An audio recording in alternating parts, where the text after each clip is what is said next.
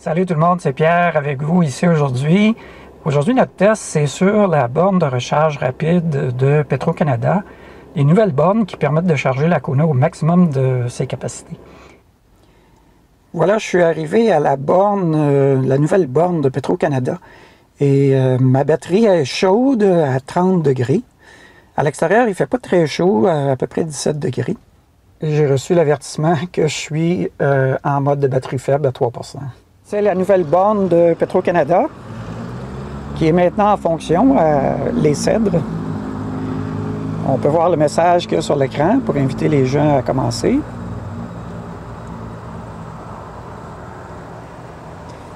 La station est disponible dans les deux langues. Mais parfois, on dirait que les boutons réagissent pas assez rapidement, en tout cas pas pour moi, ou peut-être que c'est mon doigt, que ça marche pas bien, ça m'arrive des fois sur mon téléphone aussi. Alors, on va charger. On peut voir ici qu'il y a moyen de mettre le câble de Petro-Canada sur mon auto. Mais c'est vraiment juste, le câble est très tendu. Lorsqu'on veut l'insérer ou l'enlever, il faut le tordre à deux mains pour y arriver. Et je suis quand même stationné pas mal du côté gauche. Alors c'est un peu juste peut-être.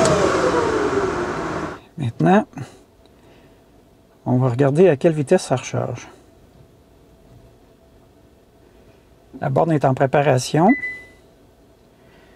Et là, la recharge commence.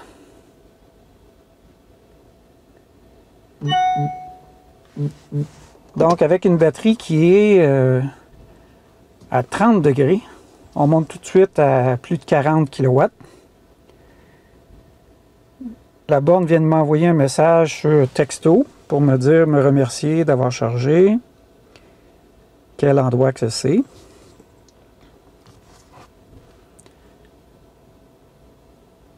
Et on va la laisser charger et je vais vous montrer ensuite le graphique de la recharge, à quelle vitesse l'énergie rentre dans la batterie. Dans l'auto, là, on est rendu à 70 kW qui entrent dans la batterie. Et dans l'affichage, l'auto indique qu'elle reçoit 71 kW, donc c'est très peu de perte lorsqu'on charge par une borne de recharge rapide versus la perte lorsqu'on charge par une borne à niveau 2 à 240 volts. On peut entendre que le ventilateur a démarré. Je ne sais pas si vous l'entendez, je vais mettre le micro plus près pour pouvoir refroidir la batterie.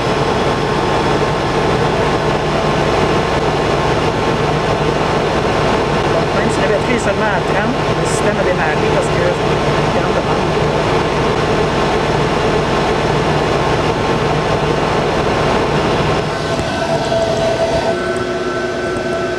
La borne indique qu'elle livre 72 kW. Et ça fait seulement 5 minutes que je suis rechargé et déjà je suis passé de 3 à 12%. La borne indique aussi que la station du niveau CCS peut aller à 350 kW et que celle de Chadimo pourrait aller jusqu'à 100 kW seulement. On voit ici qu'à 23%, la borne a commencé à ralentir. Elle livre seulement maintenant 67 kW. La vitesse a diminué un peu. On est à 65 à peu près qui rentre dans la batterie, 64 point quelque chose. Après 25 minutes, la borne est revenue à 70 kW. On est maintenant à 31 minutes de recharge. Ça charge toujours très fort à 71 kW. Et la batterie est rendue à 37,2. On va voir où est-ce qu'on va finir. Et là, on voit que justement, ça commence à descendre un peu. On est descendu à 55 kW dans la batterie et la borne indique 57 kW. On peut voir que la borne indique 57 kW. On est à 56%.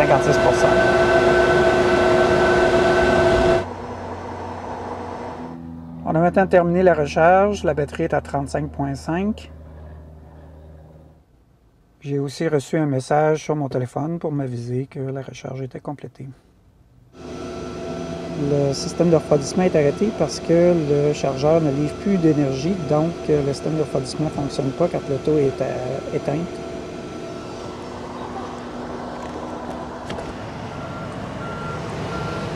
Maintenant que j'ai redémarré l'auto, on voit que le système de refroidissement de la batterie s'est remis en fonction avec le ventilateur qui fonctionne. De retour à la maison, après environ 45 minutes de route sur l'autoroute à 110 km/h et un autre 5 minutes en arrivant en ville, la batterie a descendu à 30 degrés maintenant. On regarde ici le graphique de la recharge. Ce qu'on peut voir, c'est que la quantité de kilowatts qui entre dans la batterie va descendre à différents moments pendant la recharge. Le premier, c'est lorsqu'on atteint 23 % de recharge de batterie. Au début, on est entre 70 et 74 kW à peu près, mais à 23 %, on tombe à peu près 65 et ça va remonter tranquillement jusqu'à tout près de 70.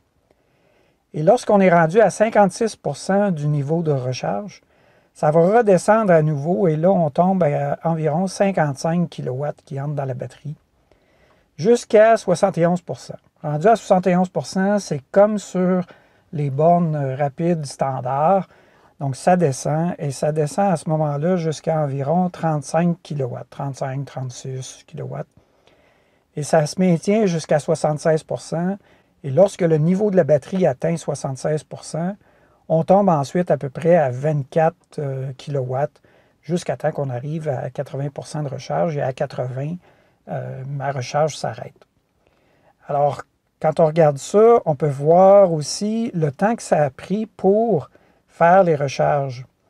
Et de 20 à 70, j'ai mesuré, c'est 32 minutes environ que ça a pris sur cette borne-là de Petro-Canada. Alors que de 20 à 80, il y avait environ 45 minutes. Et pour la recharge complète de 3 % à 80 %, ça a pris un tout petit peu plus que 55 minutes. On va regarder maintenant le graphique qui est toujours le nombre de kilowatts qui entrent dans la batterie, mais la température de la batterie aussi pendant ce moment-là. La température est en bleu ici, et on voit que la température maximale qui a été atteinte pendant toute ma recharge de 3 % à 80 %, ça a été 38,25 Celsius. Au début de la recharge, si on regarde à gauche de la ligne bleue, on était à 30 degrés au tout début de la recharge. Et le système a tout de suite engagé le système de refroidissement de la batterie. Dès que la borne a commencé à fournir du courant au véhicule, le système de refroidissement s'est engagé. Le ventilateur, je pouvais l'entendre de l'extérieur, comme on l'a vu dans la vidéo, ce qui a aidé à maintenir la température de la batterie assez bien. Elle n'a pas beaucoup chauffé pendant qu'elle rechargeait. Elle a monté tranquillement de 30 à 38,25 au maximum. Puis après ça, elle s'est mise à redescendre. Pourquoi? Entre autres, parce qu'il y avait moins d'énergie qui rentrait dans la batterie à ce moment-là. On était déjà presque rendu, on le voit là sur le graphique, à la ligne où le niveau qui entre dans la batterie est environ de 35 kW. Donc, ça a aidé aussi à réduire la chauffe de la batterie. Et à la fin, lorsque la recharge a été complétée à 80 %, la batterie avait déjà redescendu à 35,5 Celsius. La température extérieure pendant les tests était de 16,5 degrés. Je n'ai pas senti d'influence sur la puissance que la borne pouvait livrer. Il y a d'ailleurs d'autres tests qui ont été faits dans d'autres vidéos en Europe qui donnaient essentiellement les mêmes niveaux maximum de recharge et exactement les mêmes escaliers qu'on voit là, où ça descend sur le nombre de kilowatts qui entrent dans la batterie. On regarde maintenant ici le graphique qui montre à gauche la recharge. Donc, c'est le même que tout à l'heure, mais l'échelle est plus longue. C'est pour ça que la courbe fait plus comme une bosse. Donc, à gauche, c'est la température de la batterie. À droite, et la ligne grise, c'est la vitesse à laquelle je roulais à ce moment-là. Donc, quand j'ai terminé la recharge, je suis resté encore quelques minutes sur le site avec le véhicule allumé. La température de la batterie a continué de descendre. Elle était à 32,75 Celsius lorsque j'ai commencé à rouler. Et au début, dans la zone en rouge, j'avais un détour à faire pour reprendre l'autoroute, donc ça ne roulait pas nécessairement très vite. Je suis monté à 100 km/h, mais il y avait quelques arrêts. On le voit, c'est pour ça qu'il y a des pics et des creux dans la vitesse.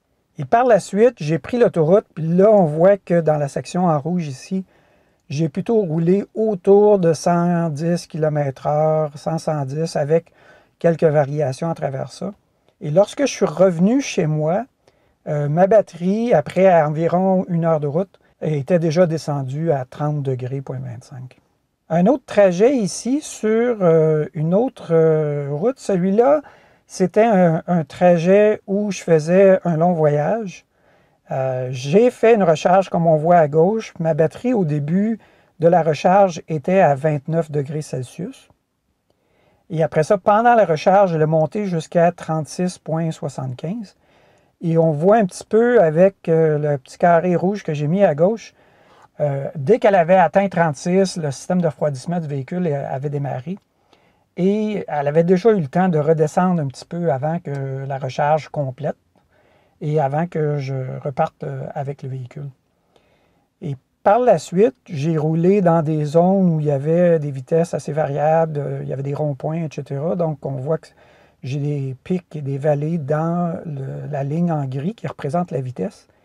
Donc, j'ai roulé entre un peu n'importe où, entre 40 et 100 km/h environ. Et ma batterie était déjà à peu près à 31 degrés et demi après ça. Et là, j'ai fait une bonne zone d'à peu près une durée d'1 heure et demie, pendant laquelle j'ai plutôt roulé à 110 avec des pointes pour les dépassements à 120. Je suivais le trafic. Et lorsque j'ai eu fini mon trajet, on voit que j'étais autour de 30,5 degrés. Donc déjà, encore, malgré le fait que je roulais à une bonne vitesse, la batterie n'a pas réchauffé plus qu'elle était. Elle a continué à garder essentiellement à peu près la même température ou même descendre un petit peu.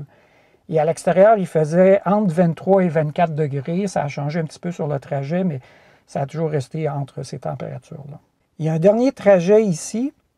Encore là, une fois, c'est un trajet où j'ai fait un voyage.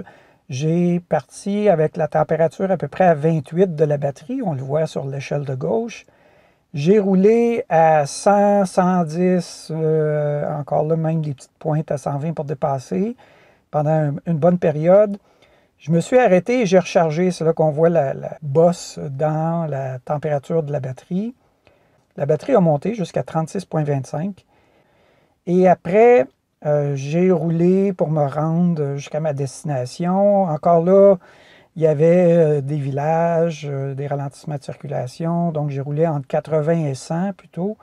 Et ma batterie a descendu tranquillement jusqu'à 31,25 lorsque je suis arrivé. Donc, il n'y a pas trop de soucis à se faire sur la température de la batterie sur les bornes ultra rapides, les bornes qui peuvent livrer plus que 50 kW, selon moi, de ce qu'on voit. C'est à peu près la même chose que lorsqu'on roule sur l'autoroute, même s'il fait chaud. Dans cet exemple-là qu'on voit ici, la température a varié. Au début du voyage, c'était vraiment 25-26 degrés. Lorsque j'ai fait ma recharge, c'était plutôt 21 degrés. Et par la suite, la température était plutôt autour de 21-20 degrés sur le restant de mon trajet. Et la dernière chose que moi, je pense que je vais faire, c'est sur les bornes ultra rapides comme ça, qui peuvent livrer plus de 50 kW, je vais essayer, si je peux, de recharger à pas plus que 70 %, puisque après 70, ça descend beaucoup la puissance que l'auto va accepter. Et donc, ça ne sert à rien de rester connecté si on n'en a pas besoin de toute façon. On va au moins avoir la recharge la plus rapide possible. On sait qu'entre 20 et 70, ça va prendre seulement environ 30-32 minutes à charger. Donc, c'est à peine le temps de s'arrêter, peut-être de manger rapidement quelque chose, puis on est prêt à repartir, puis on va être déjà chargé à 70. Si on attend jusqu'à 80, bien, c'est juste que c'est un petit peu moins efficace. À partir de 71 %, on tombe déjà autour de 35 kW seulement qui entrent dans la batterie. Donc, ça charge déjà moins vite. Fait que, lorsque possible, je ne me rendrai pas jusqu'à 80. Mais si j'ai besoin, évidemment, pour mon trajet d'avoir le 80, je sais que je peux le faire en moins d'1 heure sur ces bornes-là. On sait aussi que sur une borne plus rapide, ça n'ira pas plus vite que ce qu'on voit aujourd'hui sur la borne de Petro-Canada ici. La borne de Petro-Canada peut livrer jusqu'à 200 kW.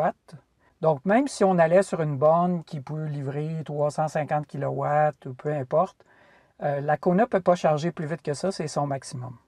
Alors, j'espère que vous avez aimé la vidéo et moi, je vous dis à la prochaine.